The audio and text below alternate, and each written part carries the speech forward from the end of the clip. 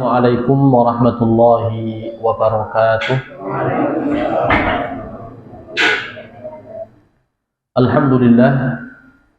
Alhamdulillahilladzi bi ni'matihi tatimmus shalihat wa bi fadlihi tatanazzalu al khairati wal barakat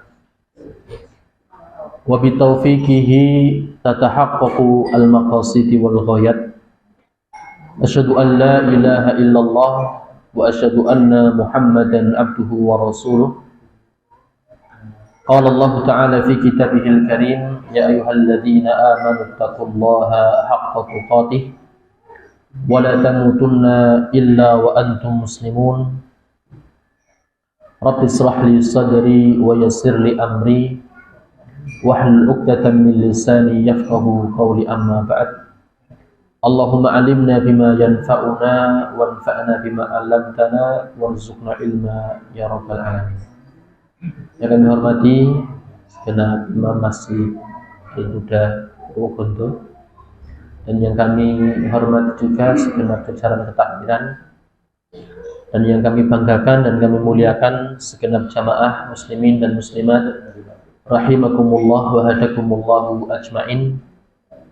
Alhamdulillah, undian rasa syukur kita kepada Allah Subhanahu wa Ta'ala yang alhamdulillah pada kesempatan malam hari ini kita masih diberikan begitu banyak kenikmatan dari Allah Subhanahu wa Ta'ala, dari nikmat iman, nikmat Islam, nikmat kesehatan, dan nikmat kesempatan, sehingga alhamdulillah dengan izin Allah Subhanahu wa Ta'ala kita bisa mensyukuri terhadap nikmat-nikmat tersebut dengan hadirnya kita di majelis ilmu, memperdalam pemahaman kita tentang agama Islam, dan mudah-mudahan ini merupakan salah satu wasilah agar kita semuanya mendapatkan satu kemudahan untuk bisa bersama-sama masuk ke dalam surga Allah Subhanahu wa Ta'ala. Allahumma amin ya rabbal alamin. Salawat serta salam tetap tercurahkan kepada Nabi kita Muhammad sallallahu alaihi wasallam, sosok yang begitu luar biasa. Allah Subhanahu wa Ta'ala pilih dari sekian banyak rasul, dari sekian banyak nabi. Allah Subhanahu wa Ta'ala pilih Nabi kita Muhammad sallallahu alaihi wasallam sebagai sayyidul anbiya'i wal mursalin, pimpinan daripada para nabi dan para rasul, bercermin daripada apa yang dimiliki oleh Nabi sallallahu alaihi wasallam, yaitu akhlak yang mulia, sehingga beliau dipilih oleh Allah sebagai uswatun hasanah, suri tauladan terbaik, tidak hanya bagi umatnya, akan tetapi untuk seluruh manusia yang hidup di akhir zaman. Dan mudah-mudahan kita menjadi bagian daripada umat Nabi Muhammad SAW yang senantiasa menjunjung tinggi akhlak beliau dan menjunjung tinggi sunnah-sunnah beliau min yaumina hadza ila yaumil qiyamah. Dan mudah-mudahan ketika kita berjuang di dalam menebarkan dan mewujudkan daripada sunnah Nabi sallallahu alaihi wasallam, kita nantinya akan dipertemukan oleh Allah dengan Nabi kita Muhammad sallallahu alaihi wasallam di telaga beliau. Allahumma amin ya rabbal alamin. Bapak Ibu jamaah rahimakumullah wa hadakumullah ajmain. Sebelum kita masuk ke dalam materi kita dan melanjutkan pembahasan kita di pertemuan sebelumnya, mari kita awali dulu kajian kita pada malam hari ini dengan bersama-sama berdoa kepada Allah Subhanahu wa Ta'ala. Mudah-mudahan ilmu yang kita pelajari nanti betul-betul menjadi ilmu yang barokah dan ilmu yang bermanfaat untuk kita semuanya. Oke, saya awali, monggo diikuti bersama-sama. Bismillahirrahmanirrahim.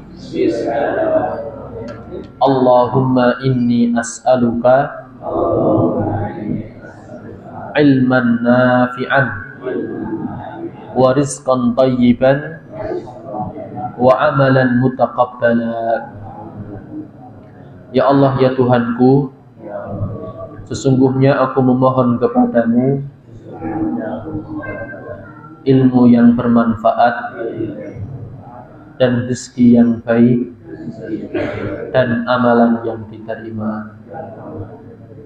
Dan yang berikutnya mari kita baca bersama-sama zikir Sayyidul Istighfar. Kita awali bersama dengan bacaan basmalah. Bismillahirrahmanirrahim.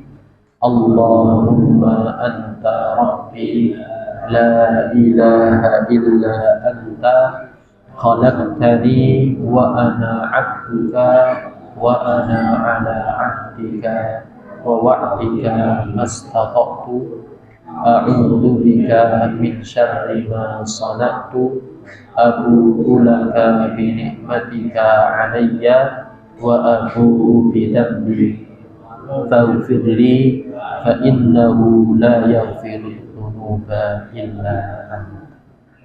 Alhamdulillah.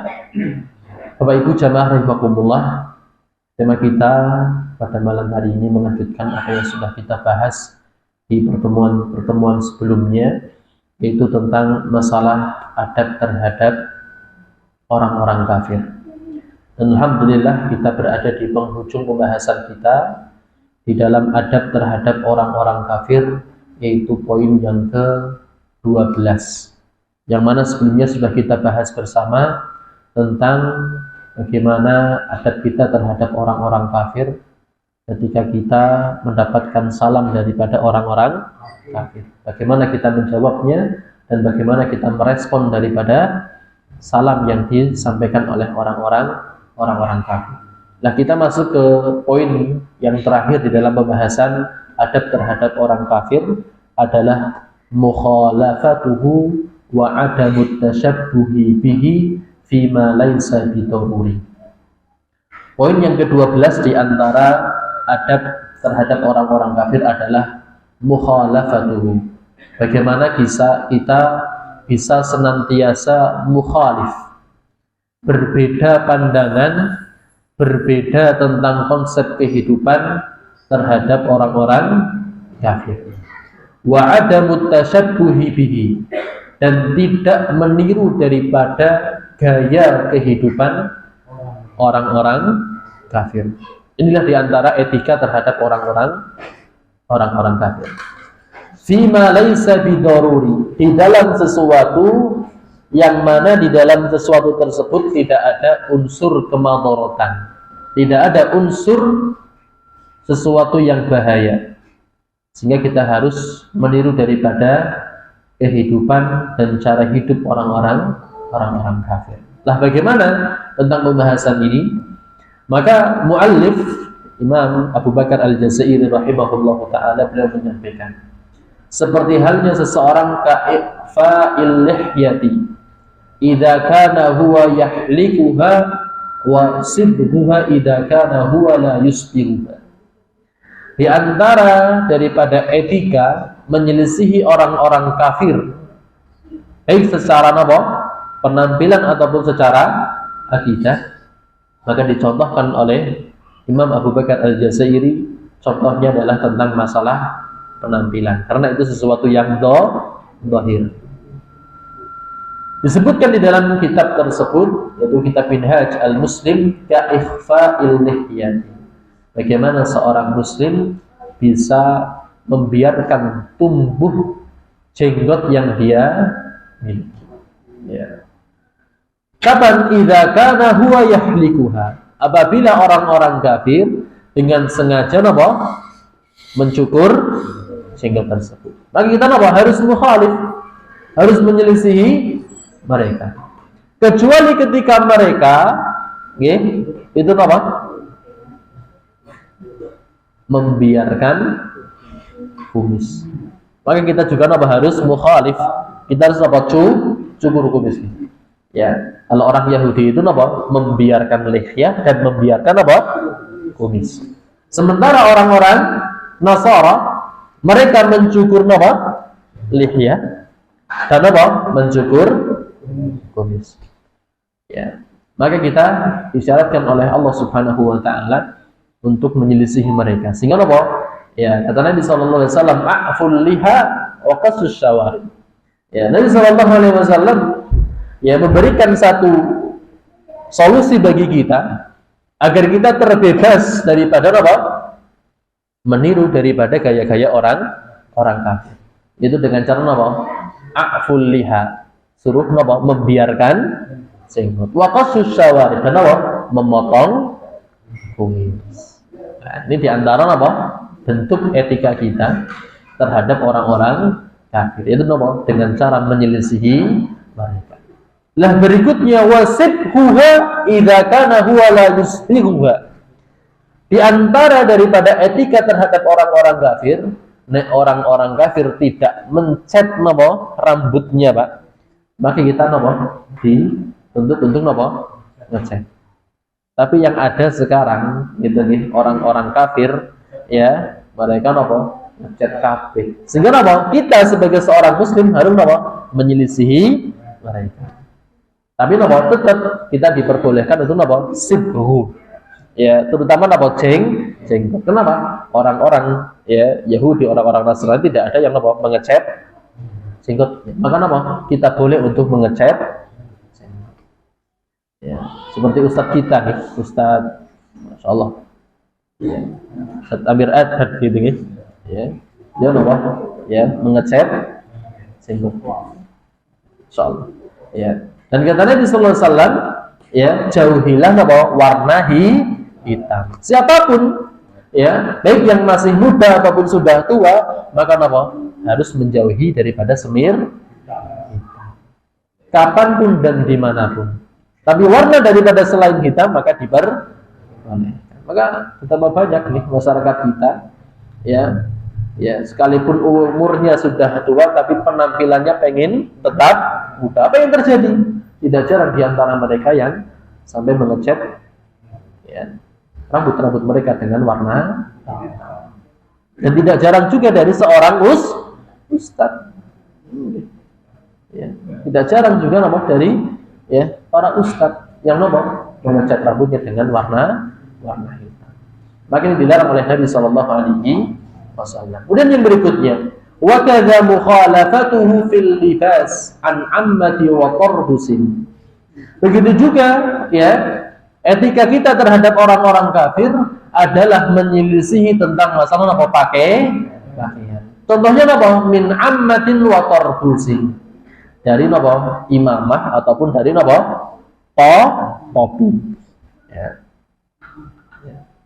Ya, jazakumullah khairan. Ya, seperti halnya orang-orang apa? Yahudi punya topi khusus gitu, okay?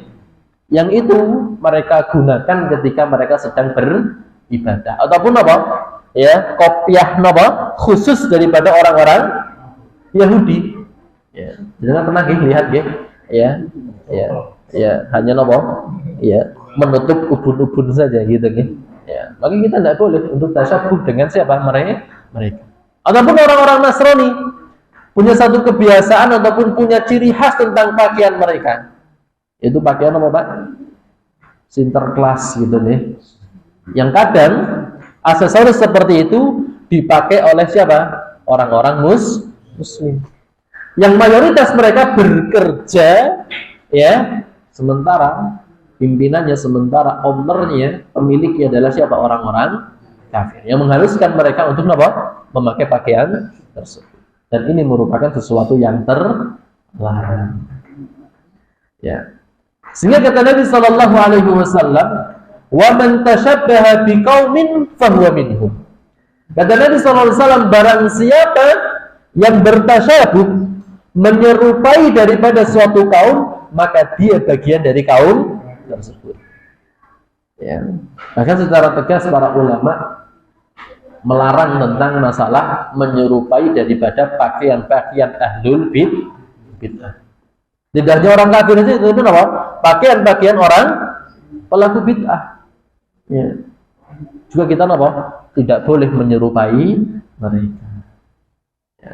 Begitu juga kata Nabi sallallahu alaihi wasallam, khaliful musyrikin.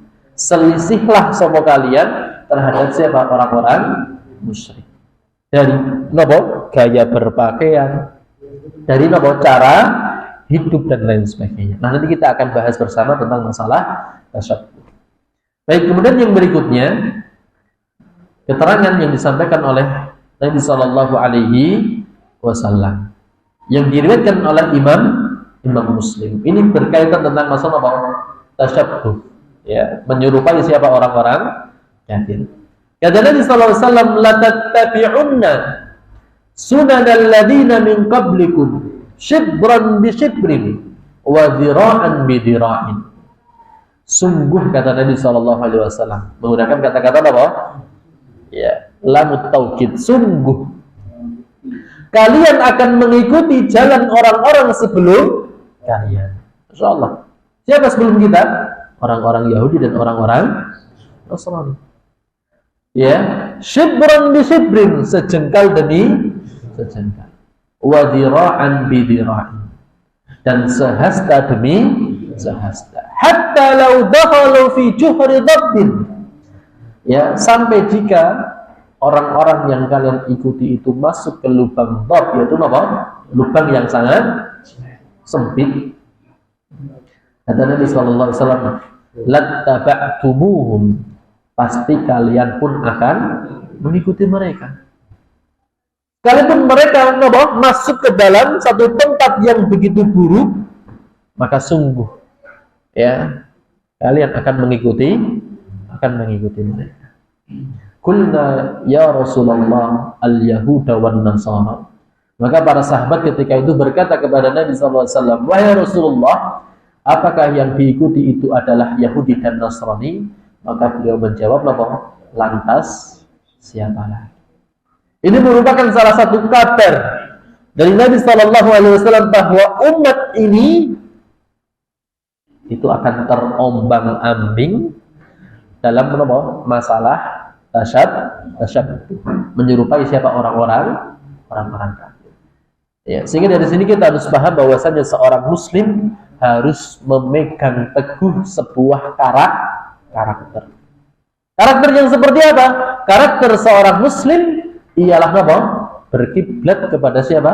Al-Quran dan Sunnah Nabi Sallallahu Alaihi Wasallam. Maka barang siapa yang tidak bisa berpegang teguh dengan Sunnah, yang tidak bisa berpegang teguh dengan Al-Quran, maka sungguh dia akan terbawa arus sebagaimana orang-orang yang disebutkan oleh Nabi Sallallahu Alaihi Wasallam akan mengikuti pola kehidupan ya yang dilakukan oleh orang-orang Yahudi dan orang-orang Nasrani. Maka berbahagialah bagi orang-orang yang dipilih oleh Allah Subhanahu wa taala untuk selalu dekat dengan Al-Quran, selalu dekat dengan sunnah daripada sunnah Nabi Sallallahu Alaihi Wasallam. Dan ini merupakan kenikmatan yang luar biasa di sisi Allah Subhanahu wa taala. Ya. Karena orang yang seperti ini ya, tidak memiliki pondasi ilmu. Kadang saja yang punya pondasi ilmu, kadang Pak? Yang melu-melu, kadang katut. Sehingga yang perlu kita pahami bersama bahwa di dalam masalah tasyabbuh ya itu banyak ragamnya, bermacam-macam. Yang pertama adalah tasyabbuh yang diharamkan menurut syariat. Tasyabbuh yang seperti apa? Menyerupai seperti apa?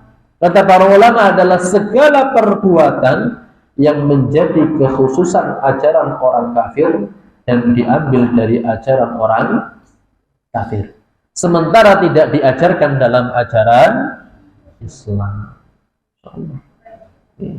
Seperti halnya orang-orang Nasrani, mereka mengagungkan Nabi Isa. Setiap tanggal yang berkaitan tentang masalah hari kelahiran Nabi Isa alaihi salatu wassalam, mereka merayakan hari tersebut. Nah, apabila seorang muslim kok mengikuti maka sungguh mereka adalah orang-orang yang dijauhkan dari Allah Subhanahu wa ta'ala, dari sebuah betul. Maka alhamdulillah kita bisa mengetahui mana hak, mana yang batil. Sehingga nanti ketika kita masuk ke dalam surga Allah Subhanahu wa ta'ala, apa ucapan kita, Pak? Ucapan kita sama, alhamdulillahilladzi hadana lihada. Ya. La yahdiyana subul. Ya. Itulah perkataan kita ketika kita masuk surga. Alhamdulillah, segala puji bagi Allah yang telah memberikan petunjuk dengan petunjuk yang seperti ya. Nah, kata Nabi SAW, "Addu 'alaiha bin nawajib." Maka syariat agama Islam, Al-Quran dan Sunnah Nabi SAW harus kita apa? Gigit kenceng-kenceng, Pak. Dengan apa? Geraham. Tandanya apa? Alot, ya. Mempertahankan agama Allah, mempertahankan Sunnah Nabi SAW itu apa, Pak? Alot, Pak. Tidak semuanya orang doyan dan tidak semuanya orang bisa ngunyah. Tapi alhamdulillah kita bisa apa? Menggigit daripada apa? Sunnah dan Al-Quran. Itu yang pertama. Yang kedua, di antara daripada macam-macam tasyabuh adalah tasyabuh yang diperbolehkan. Kata Nabi tadi, apa? Man tasyabbaha biqaumin fahuwa minhum. Tapi ternyata ada satu macam bentuk tasyabuh menyerupai daripada orang-orang kafir yang diberikan kelonggaran oleh syariat agama Islam. Maka hukumnya apa? Mubah. Yaitu bagaimana? Yaitu adalah segala perbuatan yang asalnya sebenarnya bukan dari orang kafir, akan tetapi orang kafir melakukan seperti ini. Maka tidak mengapa menyerupai dalam hal ini. Namun apa? Bisa jadi luput karena tidak menyelisihi. Contohnya adalah seperti membiarkan uban dalam keadaan putih. Ya. Padahal disunahkan jika warnanya di uban selain warna hitam. Ya, jadi disunahkan untuk apa, Pak? Diwarnai, Pak. Ya. Tapi pertanyaannya pede apa mboten, Pak? Ya disemir, Pak. Iya, fungsinya apa, Pak? Uban itu fungsinya apa, Pak? Nah, itu merupakan tanda daripada malaikatul maut dengan apa? Bikurbi ajalihi. Dengan apa? Dekatnya ajal, dengan dekatnya waktu. Gitu nggih. Nah, ini diantara apa? Contoh ya daripada apa tasyabuh yang diperbolehkan. Kemudian yang berikutnya. Namun perlu diperhatikan bahwa ada syarat bolehnya tasyabuh dengan siapa? Orang-orang kafir. Ini syaratnya, Pak. Yang pertama yang ditiru bukan apa? Syiar agama orang kafir. Dan bukan menjadi kekhususan mereka. Nah, itu merupakan kekhususan mereka, maka apa? Haram kita apa? Meniru daripada gaya hidup mereka. Ya, contohnya tadi pakaian, ya syiar-syiar mereka, yaitu apa? Ya, merayakan daripada hari kelahiran Tuhan mereka. Ya. Ya. Ketika kita adopsi perayaan tersebut, maka hukumnya apa? Haram. Ya. Nah, kalau kita bagaimana, Pak? Ya. Ya. Ikut libur merayakan apa betul itu, Pak? Ya. Iya, paling jelas apa? Diingkari dengan apa? Hati. Wa dzalika at'aful iman. Itu merupakan apa? Paling lemahnya keimanan kita di hadapan Allah Subhanahu wa taala. Pak. Ini yang pertama. Yang kedua, ya, di antara syarat-syarat bolehnya tasyabuh dengan orang-orang kafir adalah yang diserupai bukanlah perkara yang menjadi syariat mereka. Contohnya apa? Seperti dalam syariat dahulu, dalam rangka penghormatan, maka disyariatkan sujud. Namun dalam Islam telah dilarang. Ya. Agama-agama sebelumnya, tradisi-tradisi apa sebelumnya, ketika raja itu hadir di tengah-tengah mereka dan apa? Berjalan di hadapan mereka, apa yang terjadi, Pak? Semuanya apa? Sujud. Ya. Ya. Ya. Sekalipun apa? Sujud penghormatan. Makanya dulu, Pak, ketika saya masuk ke ma'had gitu nggih, ke pondok, saya kan punya background orang-orang desa lah. Ketika apa? Ingin melewati orang yang duduk, kita apa? Bungkuk gitu nggih, Pak. Bungkuk. Maka yang terjadi, saya ketika masuk pondok dilarang, Pak. Ya. Ya, karena ini bisa jadi apa? Sebuah tradisi siapa? Orang-orang kafir gitu nggih. Ya. Lah kita bagaimana ini tradisi masyarakat kita? Ya kita punya tradisi apa, Pak? Salam assalamu Itu merupakan apa? Tahiyatun, sebuah salam yang diajarkan oleh Allah Subhanahu wa taala secara langsung dalam apa? Al-Qur'an. Nah, sekarang nyuwun sewu, boleh enggak kita menyapa teman kita dengan tangan seperti ini? Hai bro. Ini sudah mulai tren ini di masyarakat kita, terutama kawula-kawula. Ternyata disampaikan di dalam satu hadis Nabi Sallallahu Alaihi Wasallam, tradisi orang-orang Yahudi itu nek ketemu apa Pak? Dada Pak, melambaikan apa? Ada yang punya seperti ini Pak?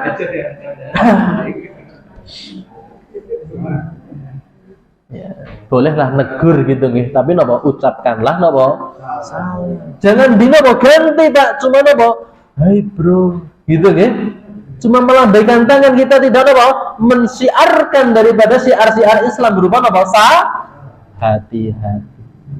Secara apa? Tidak.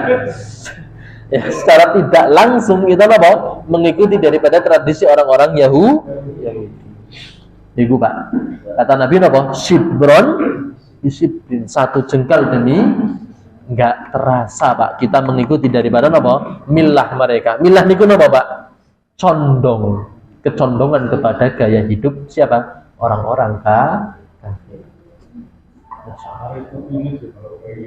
Ya, marah putu ngaten-ngaten ya. Dedeh Pak. Nggih. Astagfirullah. Lupa mengucapkan salam. Ya, ketika mau pulang dada dulu sama kakung. Ya, bukan mengucapkan salam dulu sama kakung tapi apa? Dada dulu. Hati-hati ini nomor ya salah satu tasyabbuh dengan siapa orang-orang kafir. Ternyata itu yang kedua.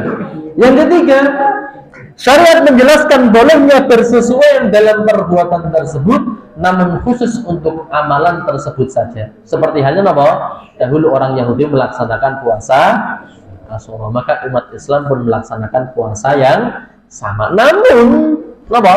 Punya sebuah ambisi untuk apa? Menyelisihi mereka. Sehingga apa? Nabi Sallallahu Alaihi Wasallam memberikan syariat untuk apa? Puasa juga di tanggal 9. Jadi puasa tanggal 10 itu seperti halnya apa? Syariat umat sebelumnya. Sementara kita mencoba untuk apa? Menyelisihi mereka dengan apa? Berpuasa di tanggal 9. Nah, ini cara apa? Ya, menyelisih siapa orang-orang kafir. Dan itu ditunjukkan oleh Nabi Sallallahu Alaihi Wasallam. Kemudian yang berikutnya, yang keempat, bahwa menyerupai orang kafir, ya tidak sampai membuat kita menyelisih ajaran Islam. Ini Pak. Misalnya bahwa orang kafir sekarang berjenggot, itu bukan berarti umat Islam harus mencukur apa? Jenggot. Gitu nggih? Ya. Ya. Orang-orang kafir ya mereka apa? Ya mencukur habis jenggot mereka, mencukur habis apa? Kumis mereka. Sehingga apa? Kita tidak boleh menyelisih mereka dengan cara apa? Kita juga Nabi apa? Kita tetap berpegang dengan apa?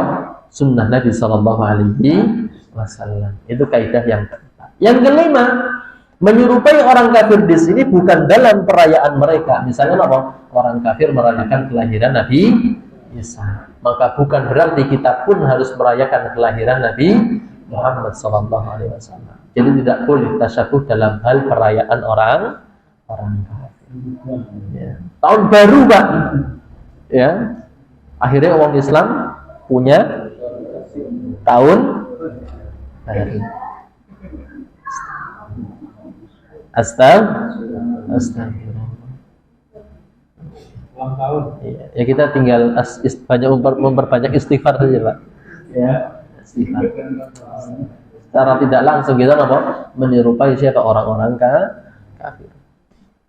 Ya. Kemudian yang keenam apa? Tasyabuh hanya boleh dalam keadaan hajat yang dibutuhkan, sebuah keperluan yang dibutuhkan, tidak boleh lebih dari itu. Jadi apa? Nek ya, tidak ada kebutuhan, tidak ada maslahat, maka kita tidak boleh apa? Meniru siapa? Orang-orang kafir. Bisa dipahami sampai sini? Ya. Contohnya orang-orang kafir itu nek penampilan selalu berjas, Pak. Kita boleh membuatkan berjas, Pak. Boleh nggak betul? Boleh. Ya. Orang kafir pakai celana jin, Pak. Kita boleh nggak pakai celana jin? Wah, ya, boleh, langsung boleh gitu nih, Pak. Ya, itu ketika apa? Dibutuhkan, Pak. Nek nggak butuh, Pak, pakai celana apa? Kain. Jadi nek seragam kok celananya apa? Celana jin, pakainya apa?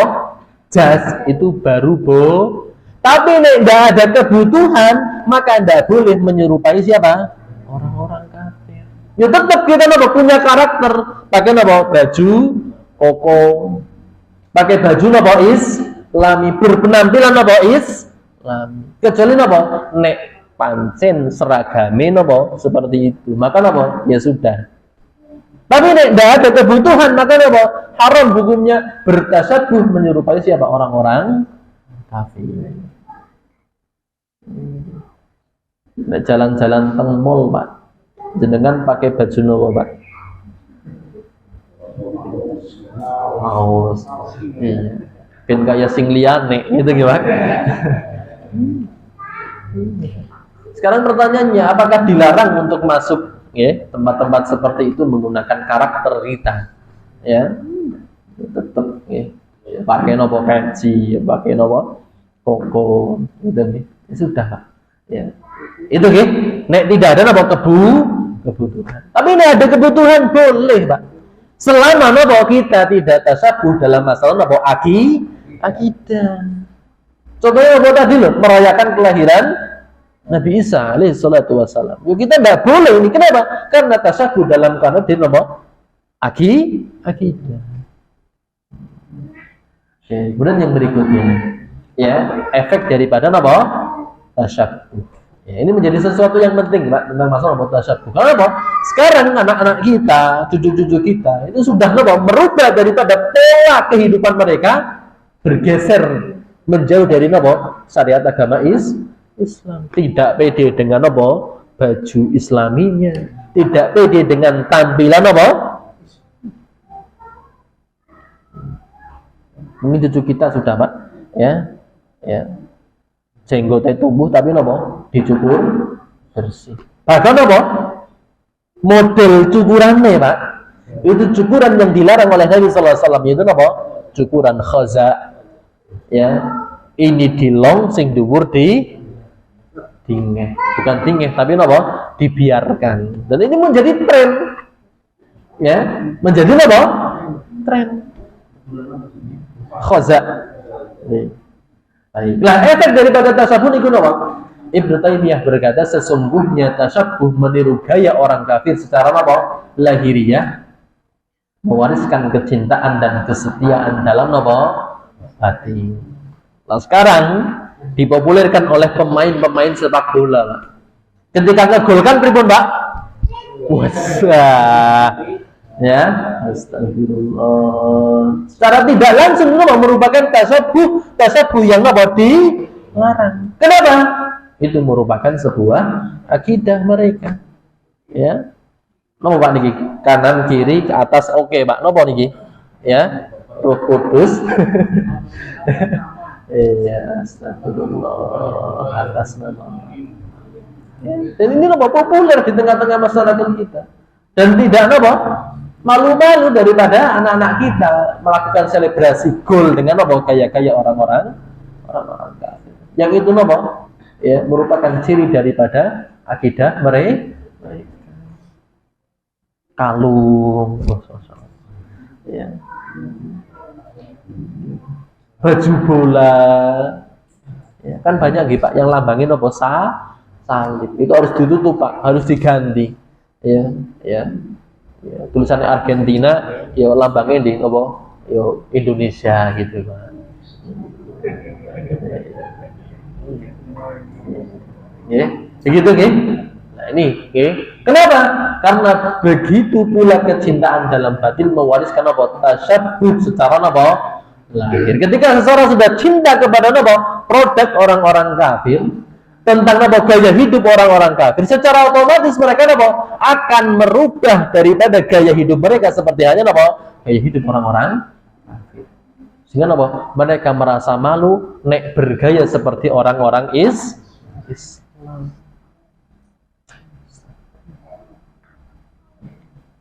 Gitu gitu. Maka yang berikutnya, hal ini sudah terbukti secara indrawi atau melalui eksperimen. Sampai-sampai jika ada dua orang yang dulunya berasal dari kampung yang sama, kemudian bertemu lagi di negeri asing, pasti ada apa? Kecintaan, kesetiaan, dan saling berkasih sayang. Walau dulu di negerinya sendiri tidak saling kenal atau saling terpisah. Itu kan apa? Ada unsur kedekatan. Ya, ketika di luar negeri, ya, orang tahu kenal, ketika sama-sama gayane pada, ya, Indonesia, maka akan tumbuh kecintaan. Itu secara otomatis. Ya, maka sudah kita sebagai seorang orang tua, ya, tugas kita mengarahkan dan membimbing. Sementara hidayah itu datangnya dari mana? Allah Subhanahu wa taala. Dan kita tidak bisa memaksakan, karena kata Allah innaka la tahdi man ahbabta walakinallaha yahdi man yasha. Sesungguhnya engkau tidak bisa mengarahkan, menunjukkan, ya, memaksakan kepada seseorang yang kamu cintai, tapi Allah lah yang memberikan hidayah. Kita tugas orang tua hanya mengarahkan saja, hanya mengarahkan dan membimbing anak cucu kita agar tidak terjerumus dalam masalah tasyabbuh.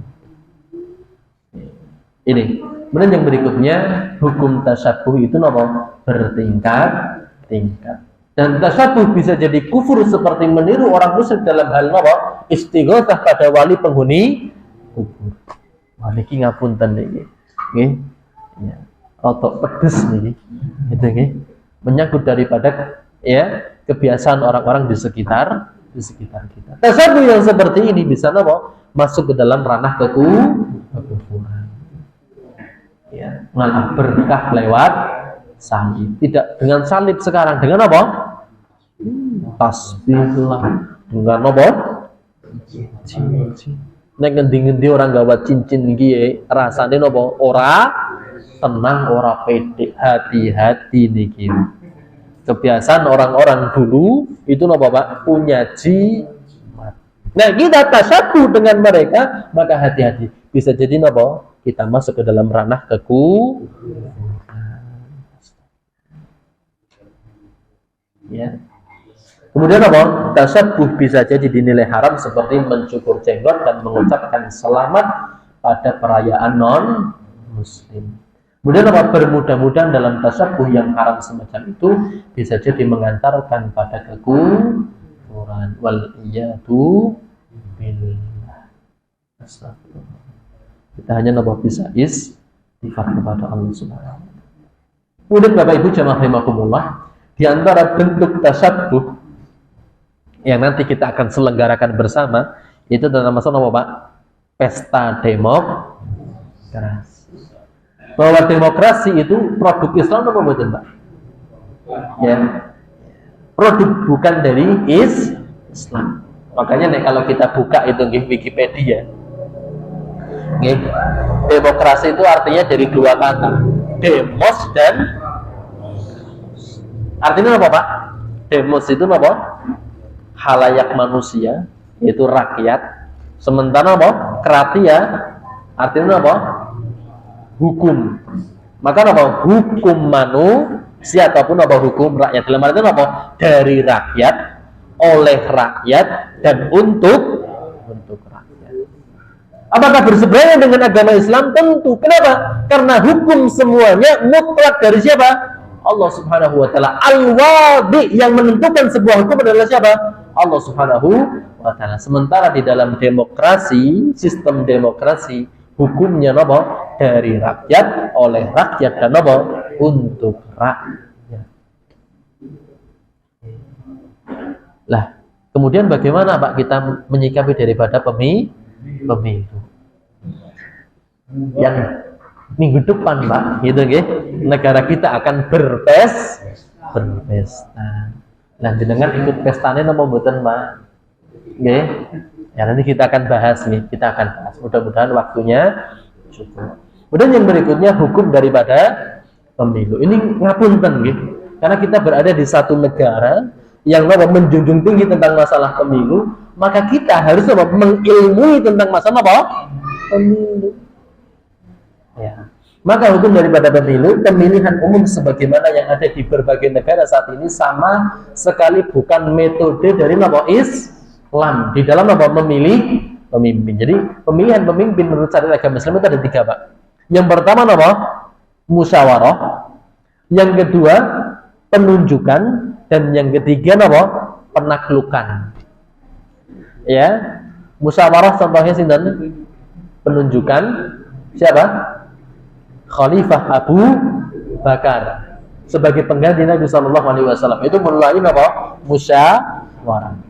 Kalau penunjukan itu Khalifah Umar bin Khattab ditunjuk langsung oleh siapa? Abu Bakar sebagai pengganti Khalifah Abu Bakar radhiyallahu taala anhu. Yang ketiga penaklukan. Itu nggih. Nah, sehingga ya, sistem demokrasi bukan metode Islam dalam memilih pemimpin. Jika memang ada pemilihan pemimpin, maka yang berhak memilih adalah siapa? Ahlul hilli wal aqdi. Itu orang-orang yang terpercaya, punya kapasitas dalam ilmu dan memilih seorang pemimpin. Sedangkan umat cuma mengikuti keputusan mereka.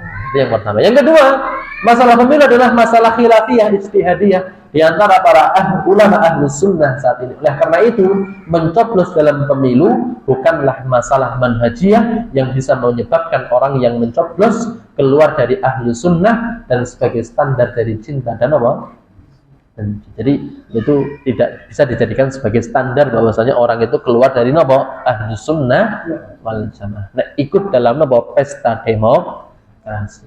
Itu yang kedua. Yang ketiga, sebagian ulama memandang bolehnya mengikuti pemilu, bahkan mewajibkannya. Ya, walaupun ini dibantah oleh Syekh Mukbil, itu ya, dari Yaman itu. Ya, bahwa salah seseorang mengatakan bahwasanya hukumnya wajib. Ya. Tapi khilaf perbedaan. Alasan mereka apabila orang-orang yang baik tidak mendapat suara yang mencukupi, maka orang-orang jeleklah yang menguasai posisi mereka. Ya, inilah satu alasan bolehnya mengikuti pemilu. Kenapa? Karena ketika orang-orang baik gak ikut sumbangsih di dalam pemilu, maka yang akan memimpin adalah siapa? Orang-orang yang buruk. Ya, itu diantara perdebatan tentang masalah hukum pemilu. Dan sebagian ulama melarang ikut serta dalam pemilu secara mutlak. Alasannya tidak ada maslahat yang dicapai dalam pemilu. Ya, kabeh berpenampilan bagus, Pak. Sing urung haji mangkat haji ben anane. Sing ora tau pecian ketika foto nang baliho pecian kabeh. Bahkan orang-orang kafir perempuan ya pakai jenenge tidak mencerminkan seorang muslimah, tapi kerudungan. Ini alasan ya haram ikut pemilu. Kenapa alasannya? Bahwa tidak ada maslahat yang dicapai dalam pemilu. Kabeh-kabehane pengen dadi pemimpin, kabeh-kabehane urusan dunia. Itu ya, di antara calon-calon paslon-paslon yang ada, semuanya orientasinya dan dunia. Tidak ada yang mencerminkan bahwasanya dia adalah siapa? Sosok yang memperjuangkan agama Islam. Maka hukumnya tidak boleh. Tapi ini masih ada maslahat, ada maslahat, maka ya sebagian ulama berpendapat diperbolehkan. Tapi tadi tidak diwajibkan. Ini ngapunten niki. Hanya diperbolehkan, tapi tidak diwajibkan. Kemudian yang berikutnya, yang kelima, ada pun sebagian ulama ada juga yang membolehkan, namun mereka memberikan berbagai persyaratan. Syaratnya Yang pertama, orang yang memilih hendaknya orang yang berilmu, bukan sembarang orang. Kita harus mengilmui tentang masalah pemilu, tidak sembarangan, Mbak. Gitu, itu yang pertama. Yang kedua, calon pemimpin yang dipilih harus dari partai Islam. Ya, sementara orang-orang yang ada di dalam partai tersebut orang-orang yang baik dan soleh serta memiliki manhaj, itu cara beragama yang benar. Aja nutup mata. Tapi apa? Mencoblos dengan apa? Penuh keyakinan, didasari dengan apa? Ilmu. Kenapa? Nanti ada nasihat pemilu, Pak. Okay. Yang ketiga, calon pemimpin yang dipilih adalah yang mau memperjuangkan hukum Islam. Nek ora ono, Pak, wis ora usah melu, Pak. Anu pada baik. Kita tidak memihak, gitu, okay? Tapi nek ada apa? Pemimpin, calon pemimpin yang mampu untuk memperjuangkan agama Islam dan hukum Allah Subhanahu wa taala, mengembalikan lagi perda-perda apa? Syariat. Sekarang kan perda syariat kan apa, Pak? Dihapusi semua, Pak. Lah kok ada seorang pemimpin, calon pemimpin yang mampu dan punya apa? Ya, semangat untuk memperjuangkan dan mengembalikan perda-perda itu, maka apa? Ya, kita boleh apa? Untuk ikut di dalam gitu, gitu. Ya, saya tidak ya menghukumi wajib, tapi apa boleh. Kemudian yang berikutnya, lalu jika kita bolehkan untuk coblos, apa lantas beda kita dengan Ikhwanul Muslimin? Itu siapa? Orang-orang di Mesir sana yang memperjuangkan tentang masalah demokrasi dari orang-orang Islam. Maka jawabannya apa? Bedanya jelas. Kita Salafiyin memandang pada maslahat dan madarat ketika ingin turut serta dalam pemilu. Jadi timbangan kita itu apa? Maslahat dan apa? Madarat. Jadi ikut dalam pemilu itu apa? Ya, maslahatnya besar atau tidak? Kalau madaratnya lebih besar, maka haram hukumnya kita ikut dalam masalah apa? Pemilu. Tapi kita punya apa? Satu keyakinan, punya asumsi bahwa apa? Ketika seorang muslim ikut dalam pencoblosan sehingga apa? Memunculkan maslahat yang begitu banyak, maka diperbolehkan itu apa? Ikut memilih. Namun asalnya kita anggap bahwa pemilu bukanlah jalan yang islami untuk mengangkat apa? Pemimpin. Sedangkan Ikhwanul Muslimin punya prinsip dakwah yang harus duduk lewat parlemen terlebih dahulu, dan itulah jalan mengangkat apa? Pemimpin. Sementara prinsip dakwah mereka bukan diawali dengan mendakwahi umat untuk memperhatikan akidah dan tauhid yang benar sebagaimana dakwah Rasulullah SAW. Sementara dakwah kita apa? Dari bawah dulu, Pak. Tapi kalau Ikhwanul Muslimin dari atas dulu, ya, nek pengen dandani masyarakat yang dhuwur dulu, yang didandani baru napa ngisore didandani. Tapi napa dakwah Nabi sallallahu alaihi wasallam bukan. Mana dakwah dari napa? Ya, dari bagian bawah dulu baru napa atas. Makanya ketika napa? Ya, sebabun nuzul daripada surat Abasa itu, Abasa wa tawalla itu kan apa? Nabi ketika itu sedang kumpul dengan pemuka-pemuka Quraisy, datang siapa? Abdullah bin Umi Maktum, seorang yang buta tapi solehnya luar biasa. Ya, sebagai muadzin Nabi sallallahu alaihi wasallam. Akhirnya apa? Turun apa? Abasa wa tawalla. Ya, menegur Nabi sallallahu alaihi wasallam bahwa konsep dakwahnya salah. Bukan kepada penguasa dulu, tapi apa? Kepada kalangan bawah dulu. Gitu nggih, Pak? Baik. Ya, kemudian yang berikutnya Bapak Ibu jamaah rahimakumullah, tentunya dalam masalah pentas demokrasi seperti ini, tentang masalah pemilihan pemimpin itu dari dulu saja ini sudah Pak rame, Pak. Begitu juga ketika Allah Subhanahu wa taala ingin memilih seorang pemimpin dalam kehidupan dunia, ingin memilih Nabi Adam sebagai pemimpin dunia, langit ketika itu rame, Pak. Maka Allah Subhanahu wa taala abadikan di dalam surat Al-Baqarah ayat yang ke-30. Wa idz qala rabbuka lil malaikati inni ja'ilun fil ardi khalifah.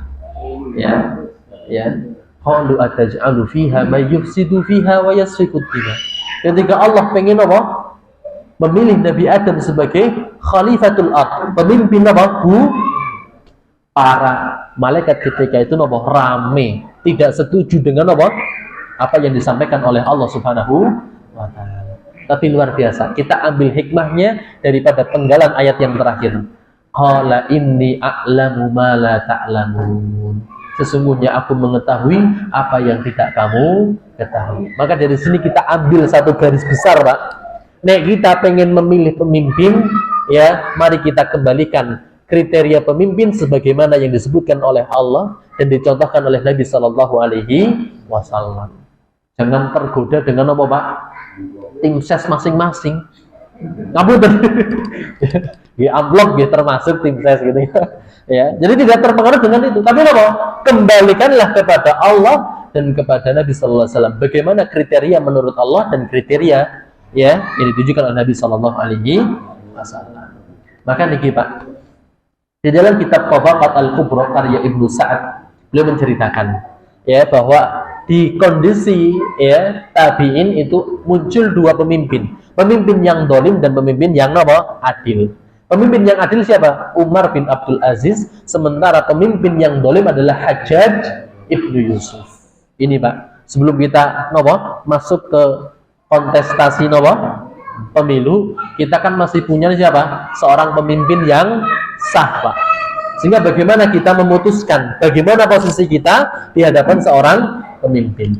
Maka Hasan Al-Basri menjawab, ya, ada sebagian kaum muslimin pengen memerangi siapa? Hajjaj ibnu Yusuf, pemimpin yang dolim, ya, sering mengambil harta secara tidak sah, sering menumpahkan darah. Nah, sebagian kaum muslimin pengen memberontak Pak, pengen menggulingkan siapa? Hajjaj ibnu Yusuf. Maka Hasan Al-Basri dimintai fatwa oleh sebagian kaum muslimin. Maka jawabannya saya berpendapat bahwa dia Hajjaj ibnu Yusuf jangan diperangi. Kenapa? Kalau ini yaitu pemimpin yang dolim, merupakan sebuah hukuman dan takdir dari Allah, maka sungguh kalian tidak akan bisa menghapusnya dengan pedang-pedang kalian. Makanya tidak boleh Pak? Demo Pak. Demo menggulingkan pemimpin. Makanya nyuwun sewu, ya, sejarah kita mencatat piye esek enak zamanku toh. Ini karena pernah digulingkan nih Pak. Piye esek enak zamanku toh. Nah, itu kan biasanya nek ya di ya belakang-belakang truk nih kok nggih. Ya, makanya ini ya. Nah, ini merupakan takdir dan hukuman dari Allah, maka sungguh pedang-pedang kita, usaha kita tidak mungkin bisa menggulingkan mereka. Kenapa? Karena ini merupakan takdir. Atau alasan yang kedua, jika ini ujian dari Allah dengan adanya pemimpin yang dolim, maka kata Hasan Al-Basri, fal yasbir, maka bersabarlah sampai datang ketetapan Allah. Apa ketetapan Allah Pak? Coblosan Pak. Itu kan ketetapan Allah. Kita yang menentukan, Allah ya, kita yang ikut ikhtiar, Allah yang menentukan. Allah akan tetapkan lagi pemimpin. Sabar Pak, niki sabar. Makanya Pak? Mulutnya dikunci, tangannya jangan digerakkan. Itu komen-komen yang buruk kepada siapa? Pemimpin. Astagfirullah. Nah, sekarang pertanyaannya, sudahkah kita mendoakan pemimpin Pak? Nyuwun sewu, dari zaman dulu ketika kita dewasa sampai sekarang Pak, umur 60 tahunan Pak, pernahkah bibir kita, lisan kita mendoakan pemimpin Pak? Sudah dereng Pak? Yang sering ngerasani gitu, yang sering ngerasani. Astagfirullah. Sudah Pak? Nabi SAW ketika beliau di tengah-tengah kafir Quraisy, ya, ketika itu ada dua pentolan Pak, yang mewakili pemuda dan mewakili orang tua. Siapa yang mewakili orang tua? Abu Jahal. Yang mewakili anak muda adalah siapa? Umar bin Khattab. Tapi ketika agama Islam ya turun di Jazirah Arab, apakah Nabi SAW memberontak kepada pemimpin Pak? Tidak. Tapi doa nih Pak? Allahumma a'izzal Islam bi ahadil umarain. Ya Allah, gitu nggih. Muliakanlah agama Islam dengan masuknya satu di antara dua Umar bin Khattab dan Amr bin Hisham. Ternyata Allah lebih milih siapa? Umar bin Khattab. Jadi kan sudah doa napa boten Pak? Ya Allah, ya muliakanlah agama Islam ini dengan obatnya pemimpin ini dan pemimpin ini, misalnya begitu nggih Pak. Pernah Pak?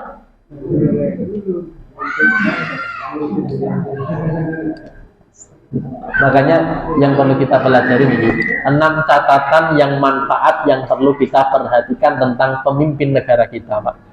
Ya, kita kan masih punya pemimpin nih Pak. Maka ada 6 hal yang perlu kita Pak tuangkan di dalam kehidupan kita di hadapan para pemimpin kita. Kita Nah, maksudnya gini, pertama siapapun pemimpinnya wajib ini nek sudah nopo disahkan. Siapapun pemimpinnya nopo wajib kita taati. Yang kedua, menaati pemimpin dalam nopo kebajikan. Nek tidak baik, tidak boleh kita turuti. Misalnya dari pemerintah mencanangkan mau bikin nopo Pak, pabrik Homer Pak. Ya, rakyatnya kono nopo iuran, maka nopo haram hukumnya kita nopo mengikuti daripada nopo pemimpin. Itu nggih. Tapi nek masih baik, maka nopo harus kita taati, Pak. Yang kedua. Yang ketiga, tetap taat pada pemimpin yang zalim. Pemimpin yang enggak zalim saja susah untuk kita, apalagi pemimpin. Tapi syariat berbicara bahwasanya wajib bagi siapapun untuk apa? Selalu taat kepada seorang pemimpin, sekalipun apa? Pemimpinnya zalim. Kata Nabi sallallahu alaihi wasallam lagi, hadis riwayat Muslim, Pak. Walaupun mereka menyiksa punggungmu dan mengambil nopo hartamu. Kata Nabi nopo? Tetaplah mendengar dan taat kepada nopo mereka. Pajak muda Pak. Tetap sami'na. Abud nggih. Inilah syariat agama Islam. Yang kata Nabi nopo? Megang syariat itu seperti nopo? Megang ya.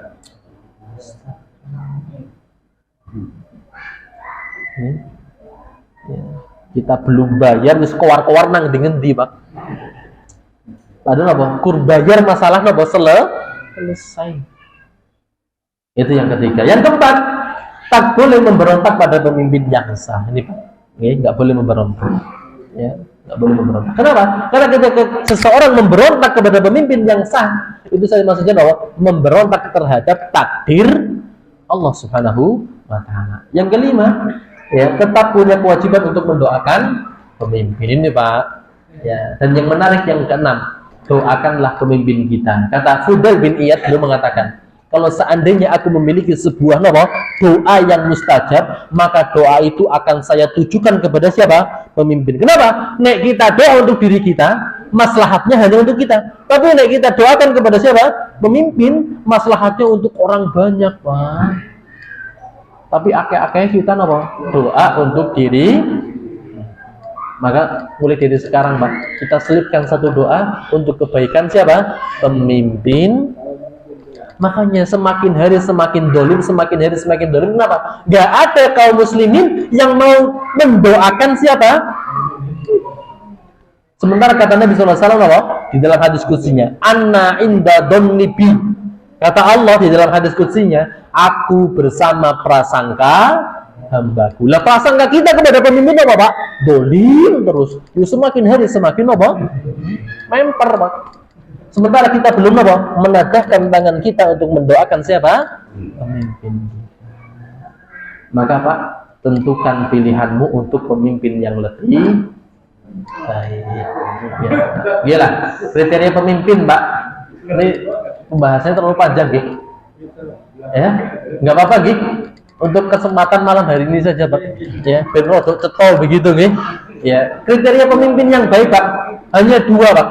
Okay. Yang pertama tidak kafir ataupun tidak pro kafir Pak. Di dalam surat At-Taubah ayat 23 itu ya, walaupun orang Islam semua kontestannya Pak, tapi kita jauhi orang-orang yang dekengane Pak. Dekengan gitu nggih.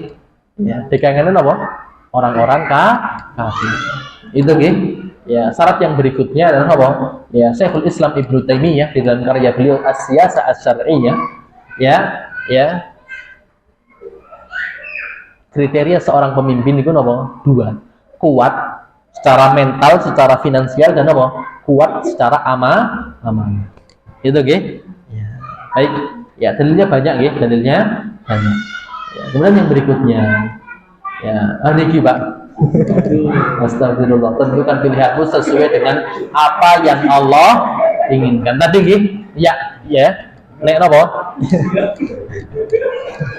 ya, jadi bukan karena amplop, bukan karena saudara kita dan lain sebagainya, tapi tentukan pilihanmu sesuai dengan apa yang Allah inginkan, sesuai dengan kriteria Allah Subhanahu wa taala. Bukan karena saudara kita dan lain sebagainya. Ya, kemudian nasihat dulu Pak. Anda yang akan menyalurkan hak pilihnya saat ini kita lebih membutuhkan amanah dan profesional. Ingatlah bahwa hak pilih kita termasuk amanah dan persaksian di hadapan Allah. Yang semua itu nantinya akan kita pertanggungjawabkan di hadapan Allah. Jangan digunakan sembarangan dan jangan mengedepankan hawa nafsu. Ini nasihat saya untuk siapa? Orang-orang yang mau nyoblos besok Pak. Ya, karena kita punya apa? Ya, punya ya